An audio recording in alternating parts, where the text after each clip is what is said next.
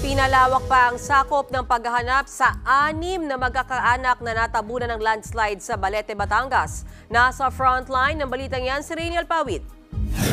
Nay, tatay, alam kong magkasama na po kayo. Tulungan naman yung paghahanap sa mga kamag-anak.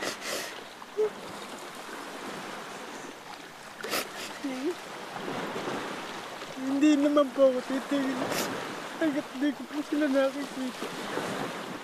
Nagtirik ng kandila ang rescuer na si Edwin sa mismong lugar kung saan natabunan ng landslide ang kanilang bahay sa Sitio Siatin sa Balete, Batangas. Hanggang ngayon hinahanap pa rin niya ang 6 niyang kaanak na natabunan ng gumuhong lupa sa kasagsagan ng bagyong Christine.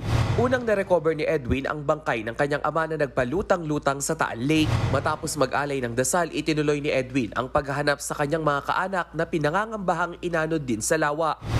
Wala halos akong magawa pa hanggang sa ngayon na para bagang nakukuha ko sa akin sarili na bakit naisalba ko yung iba. Pamilya ko hindi. Wala akong nagawa. Katuwang ni Edwin ang bayaw na si John Robert na patuloy rin sa paghuhukay sa pinangyarihan ng landslide. Medyo parang kung saan masangsang ang amoy na malansa. Kaya nagpipilitan uli namin hukayin.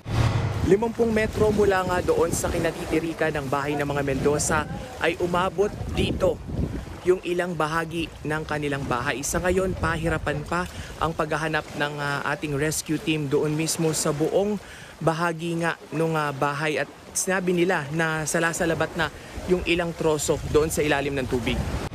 Pinalawak na ang sakop ng search operations. Minamadali na rin ang lokal na pamahalaan ng pagpapadala ng heavy equipment para maialis ang tambak ng basura at troso sa bahagi ng guho.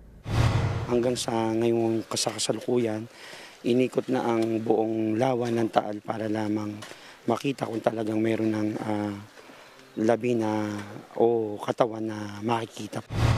Sa Talisay, Batangas naman, binisita ni dating Pangulong Rodrigo Duterte ang burol ng 20 nasawi sa landslide sa Barangay Sampaloc. Isang araw yan matapos dumalo sa pagdinig ng Senado ang dating Pangulo. Nagbigay rin siya ng tulong pinansyal sa mga naulilang kaanak ng mga biktima.